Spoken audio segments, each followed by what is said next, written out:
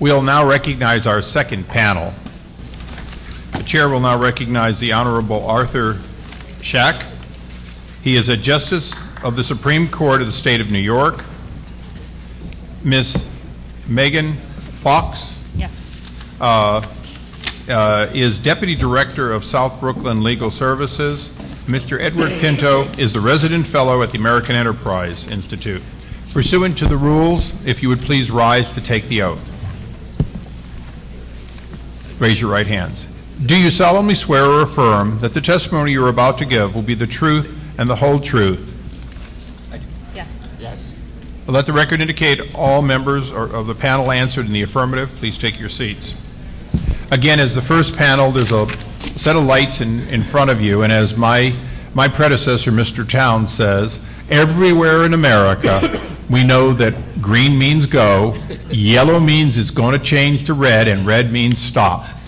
So do not be long overdue, as my predecessor also would say to people who went past red.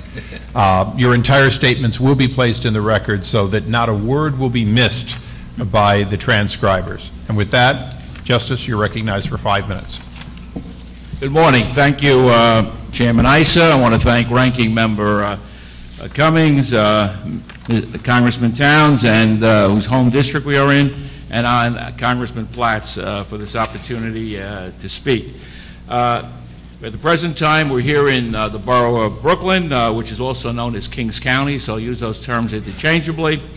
And as a sitting justice in the Supreme Court of Kings County, we have right now pending about 14,000 foreclosure cases. Of these, about 400 to 500 approximately right now are assigned to me. Starting in about 2007, I started to observe the bursting of the housing bubble and the growth in foreclosure filings. We went from about 3,000 to 3,500 foreclosures per year in this county to more than 7,000 filings per year. New York is a judicial foreclosure state, and the power to order a judgment of foreclosure is vested in the Supreme Court of the state of New York, which, despite its lofty title, is actually the court of general jurisdiction in this particular state. I am one of about 300 Supreme Court justices. About 15% of the Supreme Court justices in our state are in this county because we have about 15% of the population. And my experience in dealing with residential foreclosures has given me a unique perspective on what's happening with the housing market. I'm not going to discuss any specific cases, lenders or homeowners, but I observed many problems, including but not limited to the shoddy paperwork executed by lenders or their mortgage services, determining the actual owners of mortgages and notes, and the disproportionate impact of foreclosures upon minorities and neighborhoods that have a predominant minority population. As a judge, I am the neutral. My role is to apply the law equally to all parties so we have a level playing field. For a lender to receive a judgment of foreclosure similar to any other type of judgment, due process of law must be followed. I've taken an oath to uphold this, and my job is to apply justice to each individual case, no matter how the chips fall. Now, for a plaintiff to receive a judgment of foreclosure, it must demonstrate three things to the court: the existence of a mortgage and note, the plaintiff's ownership of the mortgage and note, and the default of the defendant. This might sound relatively simple, but in this age of mortgage securitization and numerous assignments of mortgages and notes, it's not easy in many cases to demonstrate the plaintiff's ownership of the mortgage and note. Further, the plaintiff must demonstrate standing. That means that it or its predecessor in interest owned the mortgage and note when the foreclosure case commenced. I've been confronted many times with the problem of determining who actually owns a particular mortgage and note. I've seen a plethora of cases with defective assignments of mortgages and notes by robo-signers. And I continue to see conflicts of interest. Numerous cases, I'll see that an individual might assign a mortgage and note as an officer of asset or entity A, and then days, weeks, or months later sign an affidavit on behalf of mortgage entity B. So I've also noticed defects in the notarization of assignments and affidavits, missing powers of attorney, defective powers of attorney for mortgage services who submit affidavits on behalf of alleged plaintiffs, attempts to retroactively assign mortgages and notes to attempt to legitimize foreclosure actions, and the failure to produce pooling and servicing agreements that detail the powers that are allegedly given to mortgage services. One of the things that I found to be quite amusing at times, but certainly a major problem, that when I try to conduct conferences to try to modify mortgages, and we come up with some numbers, or I propose numbers to bank lawyers, I'm told it has to be they have to check with the lender. And that always piques my curiosity, and I inquire, I'm sorry, the investor, my mistake. And then I say, who is the investor?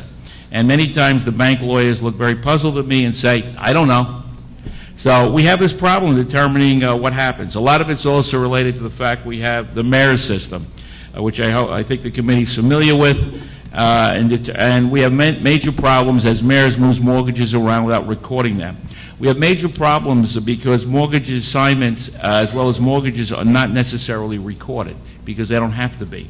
So I want to propose to the committee that we have some kind of legislation in this country which would reduce the abuse, also increase the fees received by localities and counties with recording, that to be enforceable in court that all mortgages and assignments have to be recorded. The localities would receive payments to improve their bottom line for the fees, and it will add up to billions of dollars, thanks to the MERS system that localities have not gotten in this country. So I see them out of time. I'll be very happy to answer any questions that the committee has. Thank you, Your Honor. Ms. Fox. Thank you, Mr. Chairman. And I would like to thank the committee for holding this hearing, Chairman Issa, Ranking Member Cummings, Representative Towns for extending the invitation to us, and Representative Platts. Legal Services, will be testifying today on behalf of Legal Services NYC, and I prepared this testimony in collaboration with our Bedford-Stuyvesant Community Legal Services Office and our Brooklyn Legal Services Corporation A office. And together we have been addressing the foreclosure crisis in Brooklyn for more than a decade. Our Legal Services NYC now operates 6 dedicated units of foreclosure prevention units across the city. We have more than 45 attorneys and paralegals working with homeowners, and we have assisted more than 6,000 homeowners in the past years. Our Bedford-Stuyvesant office alone has helped almost 300 homeowners in Congressman Towns' district. But yet still, with all of our efforts and with the many investigations and regulations that have been implemented, communities in Brooklyn are struggling more now than ever. Our neighborhoods continue to endure a catastrophe as record numbers of families face foreclosures. And in New York City, the economic downturn and rising unemployment have deepened a crisis that was caused by abusive subprime lending. For years, low-income communities of color were aggressively targeted for abusive, unaffordable mortgages, including adjustable rate mortgages, stated income loans, and payment option adjustable rate mortgages. As the foreclosure crisis deepened and the economy declined, more homeowners fell into foreclosure due to unemployment and underemployment. These are not homeowners who are walking away from their responsibilities. These are homeowners who are trying to make ends meet. These are homeowners who need our assistance. For most of our clients, the proximate cause of the default is the economic hardship, but the fundamental problem was this mortgage was never affordable from its inception. And so today we face in Brooklyn alone more than 27,000 mortgages that have gone into default in 2011, on top of the 14,000 pending foreclosure cases that Judge Shack testified. That means in some Brooklyn and Queens neighborhoods, 1 in 3 homes is in foreclosure. 1 in 3 homes is at risk of being vacant and deteriorating. 1 in 3 families are going to lose their longtime home and their longtime community. And the map that I attached to my testimony really depicts very clearly the neighborhoods that are hardest hit: Canarsie, Brownsville, Bushwick, Bedford-Stuyvesant, and Flatbush. Every day our advocates see the terrible impact the foreclosures have on individual families, the stress, the terror, the fear. Yet vacant and deteriorating houses, increased crime, drastic home depreciation, and disappearing affordable rental housing threaten our communities at its core. If continued vigilance and aggressive reform are not implemented and implemented now, communities like Bedford-Stuyvesant and Canarsie will take decades to rebuild. Our clients and our communities, have I just said, are trying to work with servicers. They're trying to meet their obligations. They are trying to obtain affordable housing. That's all they want, is a mortgage they can afford to repay. And yet many of our clients who come to us have been trying to work with their servicer for more than a year, denied more than once for a mortgage modification. Over 80% of our clients came to us after trying to work with their servicer for many, many years. And while there's lots of talk about HARP and there's lots of talk about refinancing programs, the reality is that most of our clients, not some, but most of our clients have no hope of refinancing. There is not access to fair credit in low-income communities of color in Brooklyn. There's not. And there is not from the banks that were sitting here today, and there is not from most of the other banks who are not here today. And indeed, the hardest hit areas of Brooklyn, the only hope they have is an affordable modification. And that is what they deserve. Now, more than 4 years into the foreclosure crisis, deliberate delays and improper denials remain the servicer's primary response. And I'm going to very briefly outline the barriers that we see that most prevent our clients from getting modification. First is unnecessary delays. It does take a long time to get through the foreclosure process in Brooklyn, but almost 2 years of that is spent in settlement conferences, and the bulk of that delay is because of servicers failing to respond to repeated loan modification applications and properly reviewing clients for modifications. Unexplained and excessive fees continue to remain a huge problem. Improper denials and failure to look at the applications before them remain a huge problem. And I know I'm out of time, but I would just ask your indulgence for one more moment. What we need is aggressive enforcement of strong servicing standards for everyone. Servicers should not be above the law, and they need to be enforced and held accountable for their actions. And as the committee the members have talked about earlier, we need principal reduction. It needs to be mandatory when it's in the best interest of the investors. Voluntary programs are not enough. Servicers coming here and saying that they will abide by the law is not enough. Our communities and our economy need more. Thank you. Thank you. Mr. Pinto. And please pull the mic as close as you can. Chairman Issa, Ranking Member Cummings, thank you for the opportunity to testify today. The failure of the housing market to recover is a result of two errant policy initiatives. The first was pushing broad affordable housing mandates that started in the early 1990s, which along with other government policies drove an unsustainable home price boom. Second, once the housing market collapsed, many of the supporters of these policies effortlessly switched gears and undertook a multi-year effort to prolong the market clearing process. Ominously, the FHA has already announced plans to expand lending practices destructive to borrowers and neighborhoods alike. Additionally, the Fed recently approved Capital One Financial Corporation's acquisition of ING Direct. Capital One committed to $180 billion Community Reinvestment Act commitment. This included an agreement to originate FHA loans to borrowers with FICO scores as low as 580. Loans with a 580 to 599 FICO score have an estimated claim rate of 30%, a failure rate that in good times would be 30%. Rather than protecting consumers and neighborhoods by avoiding such destructive lending, FHA is planning a major expansion. Here are my 4 simple principles to guide FHA reform. Step back from markets that can be served by the private sector. 2, stop knowingly lending to people who cannot afford to repay their loans. 3, help homeowners establish meaningful equity in their homes. And 4, concentrate on home buyers who truly need help. We're now 6 years into the housing bust. What should we do? First, do no harm. After the national mortgage settlement was announced, HUD Secretary Donovan sat down with the Wall Street Journal. He was asked how many borrowers current on their mortgage were booted out of their homes. He couldn't provide a number, but estimated it would be a tiny fraction of the robo-signed foreclosures. That is a remarkable admission. Worst of all, the settlement and other misguided policies have harmed those who've done the right thing. They didn't over-leverage their homes. They paid their mortgages on time. They didn't borrow more than they could afford. They saved all their lives, but are now being punished by near-zero interest rates. They weren't friends of Angelo, and they weren't Fannie Mae crony capitalists. The housing recovery has been stymied for 3 reasons. Policies preventing the market from clearing, inadequate demand relative to supply, and too much leverage. In my written testimony, I note numerous initiatives that have contributed to preventing the market from clearing. I propose 2 steps that would have a huge upside potential and minimal downside potential.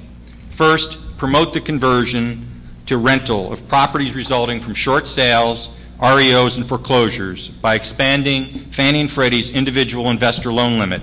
Fannie currently limits to a single investor of 10 loans from any source and Freddie to 4. Why not increase the limit to 30 with a maximum loan to value of 65%? Hundreds of thousands of investors will be instantly mobilized to action the day this change is announced.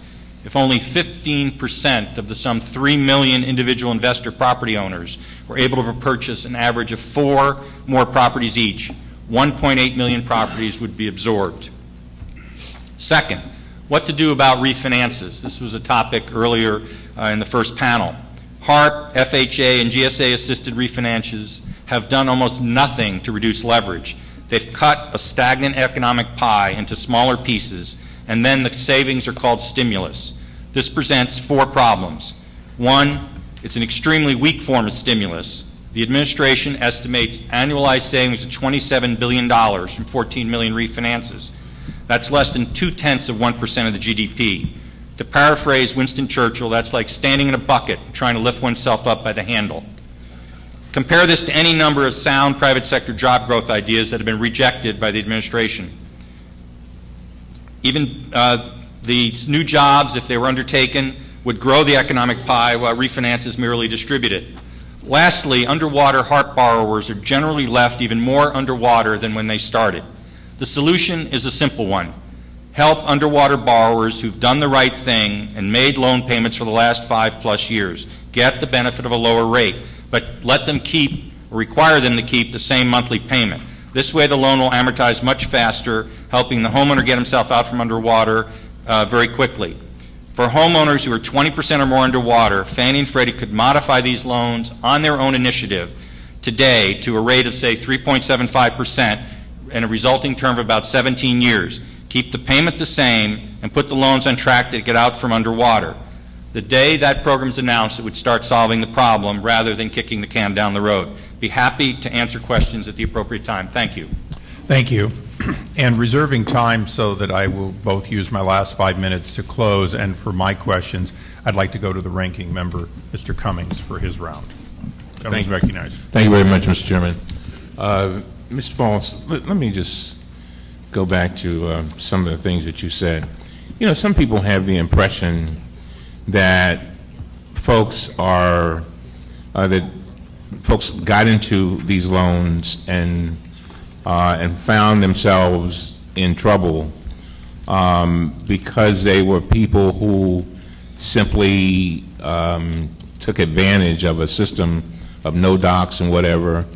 But it seems to me that when you look at someone who is underwater, in many instances it's probably no fault of their own. Because if you have a situation like in the block that I live in, I often say where The Wire is filmed in Baltimore, where across the street from me, out of 15 houses, 6 of them are in foreclosure, and the property value has gone down 50% in the last 3 or 4 years. It's no fault of my own that I could be underwater. Am I right? Is it? There are a lot of homeowners who are now underwater because of declining home values. I mean, there are many who are underwater because of overappraisals, but there are many who are now underwater because of the foreclosure crisis and bringing home prices down. And go ahead.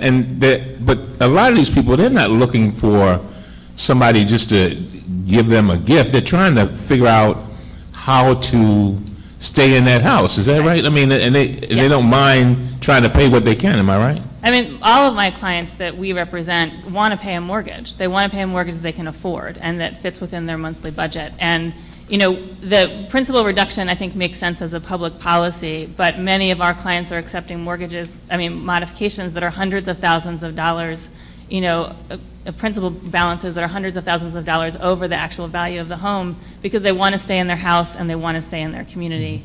And what principal reduction will allow are bringing those modifications to a more affordable level, and then allow people the freedom to move if they need to sell their house because of family or a job they got somewhere else. It's good public policy, but it's not even what our clients ask for in the first instance. I think there's something that other people often forget too, is when a house is underwater, several things happen.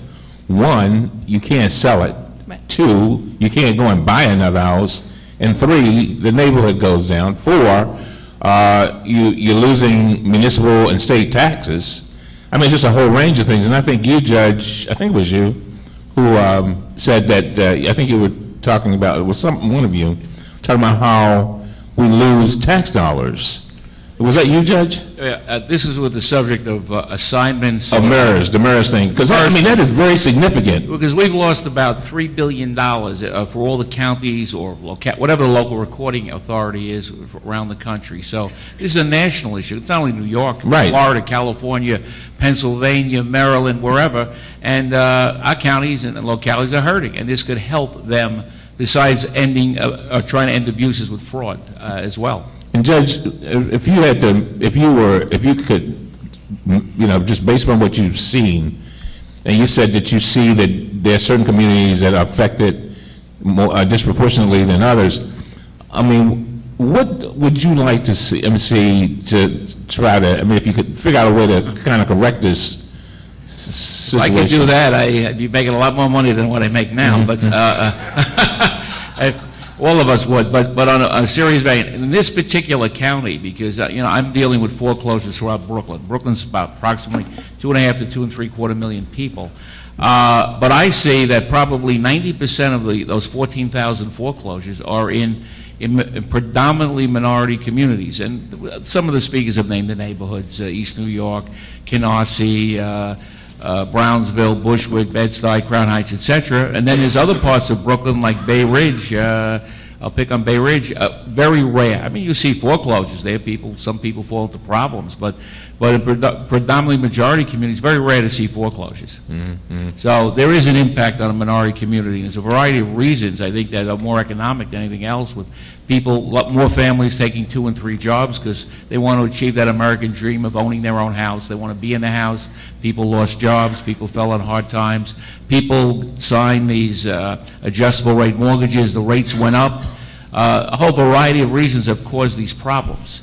And we're faced to deal with it. At least I know lawyers are deal with this, the court system, and we can't escape from it. I mean, I like to, well, I'll use an analogy in a way. I used to use this when I was sat in the criminal side. Well, I'm like the doctor in the emergency room. There's a problem, I have to deal with it. I can't duck, I can't hide. It is what it is, and it comes before me, and I got to do something. And so do the other judges, and we face the society. And we face this as the ills of society in our courtroom. So this is one of the things we have to deal with one way or another. Thank you very much.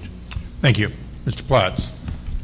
Thank you, Mr. Chairman, and certainly thank each of you for your testimony. And is it Fox? Yes. Okay. Want to especially thank you for your work with legal services as an attorney by training. I know that for our judicial process to work well, the parties that come before the system need to basically try to be on a level playing field to make sure the system works as we intend. So the work of you and your agency is most appreciated. One of the most stark statements in your written testimony that just kind of undercuts our first panel about how we're changing things was you say, despite countless investigations, regulations, and initiatives, our offices have seen little change in the day-to-day practices of servicers. And that's why we're here with Mr. Towns in Brooklyn and on the broader issue as a committee trying to look at this issue because it has to change. Right. You reference that despite the attention that there continues to be routine violations of federal and state regulations. Could you identify what would be the kind of the most common violation of an actual law, state or federal or state regulations that is most routine that you see? I mean, the regulations I was speaking to are the HAMP guidelines and the state servicing regulations. And what we still see routinely is despite fully, a complete modification package put in, many months delays before we receive an answer. We see denial responses that don't relate to the reason the homeowner was actually denied, and we see servicers who, are making mistakes in the review process, but that's many, many months later that we realize why the homeowner was denied, and it's very costly to our clients in terms of interest and fees. And then, putting forth a denial because of an investor restriction, and then, while this is not, we wish this was a violation, but failing to disclose the investor restriction to us, and then once we investigate, there actually not being an investor restriction. Mm-hmm. And, I should say that I have worked with many of the panelists who are on the first panel for years, and many of the lender representatives in this room, and we can come to agreement about what a lot of these problems are, but then when we get back to the frontline staff and in the community, we see the same problems over and over and over again. And I do think that's because the enforcement of the regulations has been minimal. Yeah, and that actually touches on two follow-ups. One, have you ever seen a consequence to a lender or servicer for failure to comply? A penalty that not through this global agreement, but on an individual case where there was a violation and there was a consequence to the person or the entity that failed to comply? Yes, when we're in court. We have the judges in Brooklyn will consider tolling interest and fees if the servicers are not negotiating in good faith in the context of settlement conferences. But outside that, no. And I guess, in Your Honor, how common would you say that is the case? That you're able to impose those, because to me, for this to change, there has to be consequences. Yes. Well, you should ask me because of my reputation, but I have sanctioned banks. Yeah. As I said, I don't want to talk about specific cases. You want to go Westlaw, feel free to read what I've written, and that's a matter of public record, but I really don't want to comment because there are some pending cases that are on appeal. But there are unique cases. Every case is unique, obviously, and that's one of the, it's great to hear the first panel talk in broad generalities about what they'd like to do, but I have to deal with, I have a case in front of me. This is it. This is a real homeowner and a real property, and that person or their family have to deal with it on a case-by-case basis. And I also have to say that there are other homeowners where I've signed judgments of foreclosure, and people have been evicted and moved out. So every case is unique. But there are cases where I have had to sanction lenders for some of their practices. But by your testimony and Ms. Folk, your statements in line with the previous panel, that there seems to be a breakdown in communication. You referenced working with some of those individuals, but when you get to the front lines, and so I know most, if not all, of the previous panel members are here, I would encourage each of you to make sure that Ms. Folk has not just your contact information, but who is the troubleshooter in your entity, within your bank. Who should she talk to make sure that the front line is doing what we heard pledged to us today? Because that seems to be the issue. We have the senior management making the commitment, but unless the guys on the front lines are actually delivering on it, they're going to keep coming before the judge. You're going to continue to devote months and months and months of effort. That means you're also taking from other important legal services. Right. So for those witnesses here from the first panel, I would encourage you to make sure that Ms. Folk and her colleagues have a direct line to whoever can troubleshoot to make sure that we line up frontline service with the commitments we heard today. So, Mr. Chairman, thank you. Thank you. I now ask unanimous consent that the then minority report from February 25th, 2010, entitled Treasury Department's Mortgage Modification Programs, be entered into the record. Without objection, so ordered. We now recognize Chairman Towns for his round of questioning. Well, thank you very much, Mr. Chairman. Let me just recognize, because I want you to know that I'm really impressed with the fact that we have some judges, in the room. I want you to know that to me is very, very important. Aside from Judge Shack, we have others that are here. We have Judge Sylvia Hines Raddick, Supervising Justice of the Silver Term Brooklyn Supreme Court, is in the room. How often do you hear judges get applause? And that's something, yeah. We also have a former family court judge, Betty Staten, is also in the room. Judge Staten, Family Court is also in the room as well. And I want to thank you for being here. And of course, the person that has done so much of this, Kathy Asobi, it's always, who's done so much of this kind of work on behalf of the people in Brooklyn. Let me just move forward by, first of all, Judge Shack, you talked about conflict of interest and fraud. What are some of the most frequent kinds of conflicts you see? Yeah.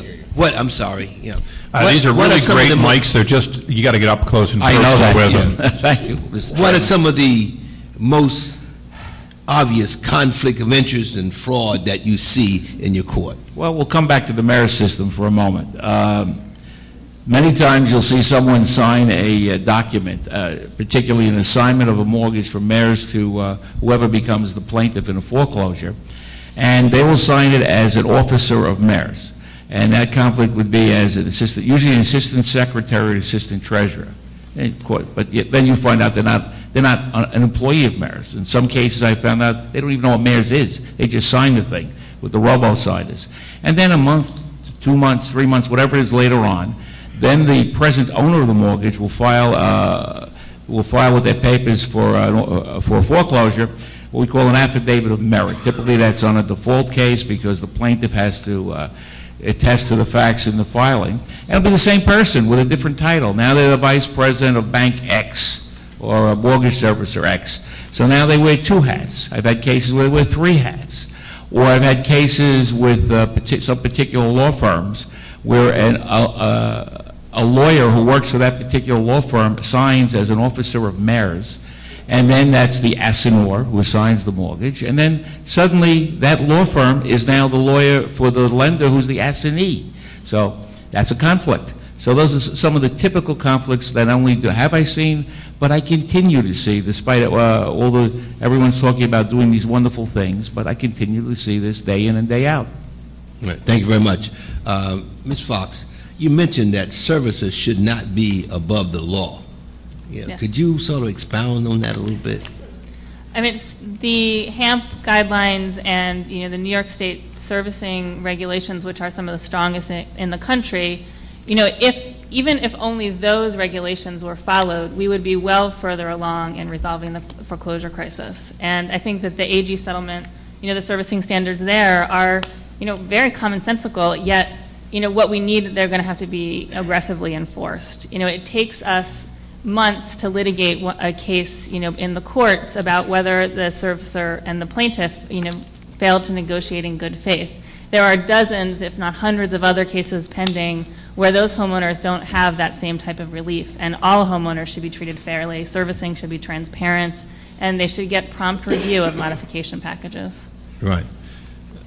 Sitting right next to you is Mr. Pinto, who is stated during an interview last month, and I quote, "There aren't any damages that have been demonstrated." A few days later, he stated that the settlement, and I quote again, "really isn't based on damage that was actually done, that was proven." He said the settlements, and I quote, "deals with some nebulous claims that were made by state attorney generals and regulators." Do you still stand by that? Not only do I stand by it, but Secretary Donovan said the same thing. I quoted him in my testimony. Judge Shack and Ms. Fox, what do you say to that? I don't want to start a fight up here, but I sure want to get to the point. Thank you. We just need a bench ruling. I don't know if you want that, Mr. Chairman. But on a serious vein on this, because you folks have more First Amendment rights than I have. Since I'm a neutral as a judge, I really can't talk publicly about a lot of things, but I'll just leave it that the abuses that we've read about in the media or heard about, they continue on a day-to-day basis. So I'm going to leave it at that. I mean, the abuses continue, and I think homeowners are the ones who are harmed the most. While during the delays or the improper foreclosure filings and the refusal to negotiate in good faith, homeowners get hundreds of thousands of dollars of accrued additional debt, and that means it's just that much more difficult for them to save their home. And we still see, questionable assignments and affidavits. We still see foreclosures being filed where it's unclear whether the plaintiff owns the debt, and we have no idea who to negotiate with. And all of those actions, all of that fraud and the deception that underlie the origination and then throughout the foreclosure process is incredibly costly to the community. Yeah. 2 years in settlement, that seems to be a long, long time, settlement conference. Yes. What do you think we can do to sort of shorten that? I mean, there's a number of recommendations that we have to streamline the process, but and we're working with the Office of Court Administration to implement those procedures. But what the bulk of these conferences, 6 to 8 appearances per case over twice as many months, are about servicers who say the package is complete and then come back 2 months later having not reviewed it, asking for more documentation at the conference instead of in between, and asking for unnecessary documents or documents that we provided over and over and over again. And those they need to be held accountable for failing to review in a timely fashion, and they need to just know what they need up front and then not change their mind later. And homeowners are perfectly willing to document their income to provide complete modification applications. They shouldn't have to do it 4 and 5 times before they are able to obtain a mortgage modification. Thank you very much, Mr. Chairman. Thank you. Let me thank you for coming to bringing the hearing to Brooklyn. I want to thank the witnesses for participation, and we look forward to working very closely with you in the days and months ahead to try to bring about a solution to this very serious problem. Thank you. Thank you, Mr. Townsend. This is the second time you brought me to this beautiful, ornate, and historic building on this subject, so I thank you for inviting us back to Brooklyn. I'll now recognize myself, and there's a number of things. First, Justice, you've, at least on a preliminary basis, looked at the settlement. Do you think it's going to change the behavior of the banks that you see before you and other mortgage owners? I hate to say it, but probably not. I mean, even though I sit in Brooklyn, maybe I should be in Missouri because they're going to have to show me. I don't know. Time will tell. Ms. Fox, how about you? Do you think that the behavior, what you're describing, sounds not like they don't have the tools or that they haven't successfully done, and if we counted up all the banks, we had several million modifications, successful refinancing, and of course you had Freddie and Fannie, you get several million more. But the 5 or 6 million successes that were spoken of in the first panel, you don't see the successes, you see the failures for the most part, don't you? Do you think this is going to change with tens of billions of dollars committed to the process? I guess I have slightly more hope, but it'll depend if the Attorney Generals are willing to aggressively enforce this. Obviously, it would help if homeowners could enforce the agreement themselves, if there was a private right of action, if there was a defense to foreclosure for violating these agreements. But we are also looking forward to partnering with the Attorney Generals, with the CFPB and the other enforcement agencies to ensure that servicers, now that they've again agreed to this, actually follow through. Now, you're an economist, Mr. Pinto. The two of you are obviously attorneys. Have you looked at the 1978 Patent Reform Act? Are you familiar with it? No, I'm not. It's perplexing to me, and this is not to say that I'm not trying to find solutions that are outside historic. 1978, Democratic President, Democratic House, Democratic Senate. The reform specifically eliminated cram down or principal reduction, even in bankruptcy.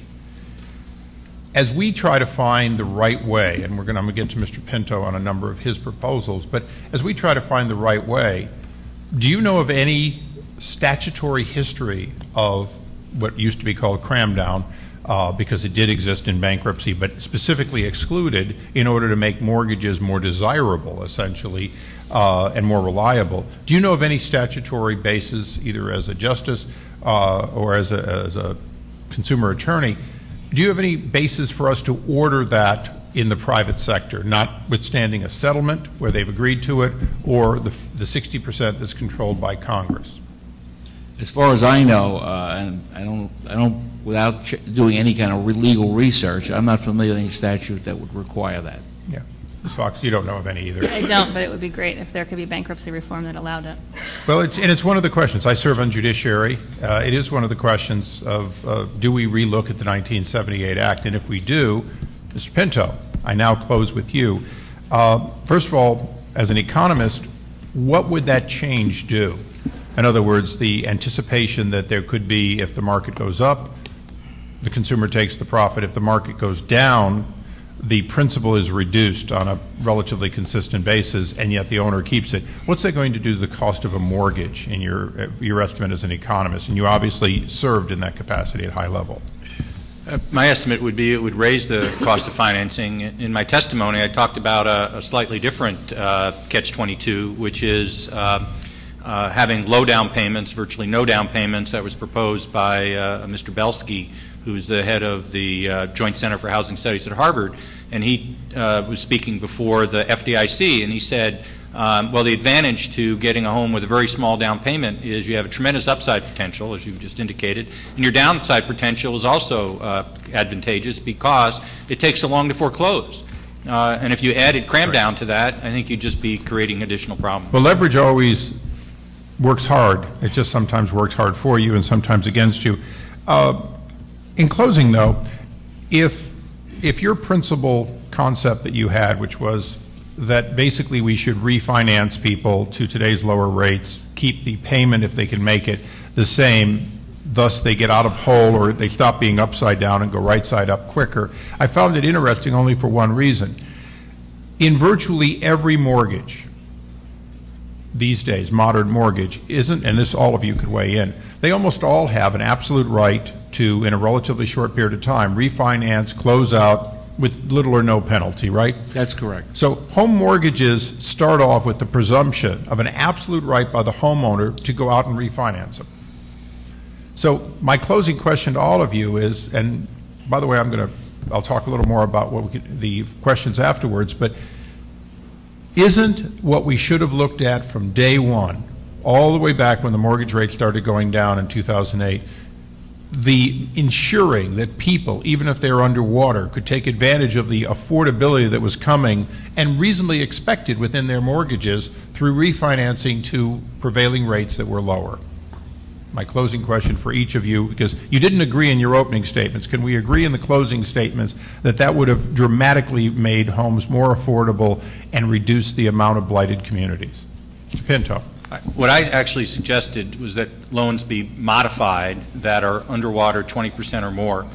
There are restrictions on Fannie and Freddie, and I specifically talked about Fannie and Freddie. But my question is very limited, and you can answer further what you think I asked for the record. But my question was, if we in the government had alleviated any limitations on Freddie and Fannie, if we in the government had encouraged from day one and encouraged from day two, being today, banks to, in fact, allow people to exercise the reasonable expectation they had, which was that they could refinance with a point or two, whatever the normal refinancing was, if, in fact, rates went down. They had that expectation. It was explicitly in their contracts that they could do in virtually every home mortgage.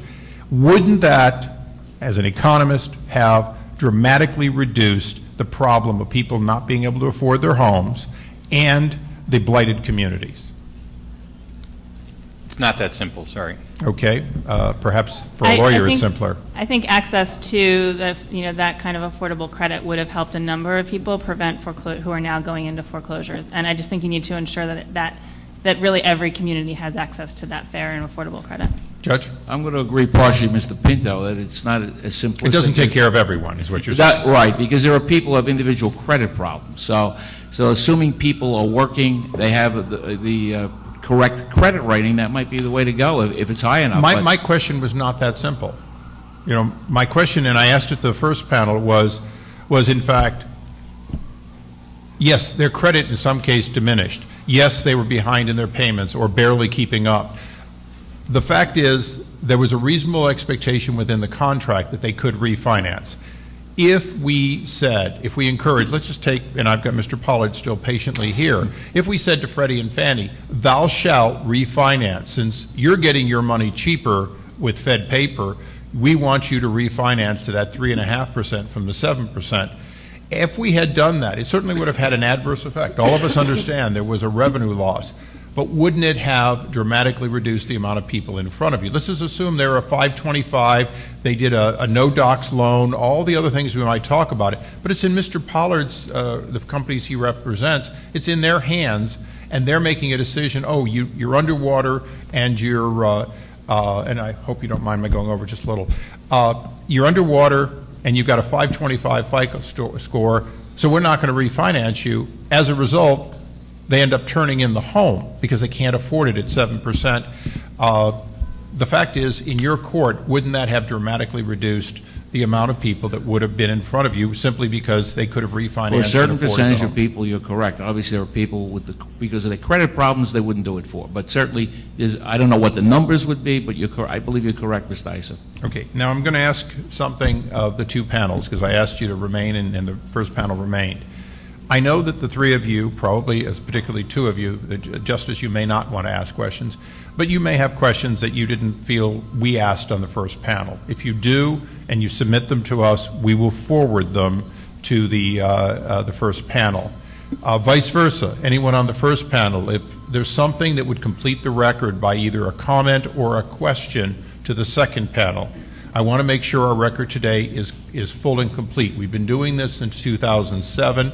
The intention of this committee is to publish a record of the many hearings held under both majorities and minorities. And Chairman Towns was very helpful when I was the ranking member in the minority. We want to come out with something because, quite frankly, between the failures of HAMP and today the good word we're hearing about, HARP 2, and we want to make sure that we spell the record out so that if this happens in the future, some of these fixes, some of the upsides and downsides are better understood. My greatest concern is that, in fact, if we were to have 10 years of good time and go back into bad times, we would all be back in this beautiful building with very little changed other than who was sitting in our seats. So, first panel has been very kind. I extend it to you so that, in fact, you can have answers to questions you couldn't ask. We'll make the record complete. We'll hold it open for at least the question portion for 5 days, and then the answers a reasonable time thereafter.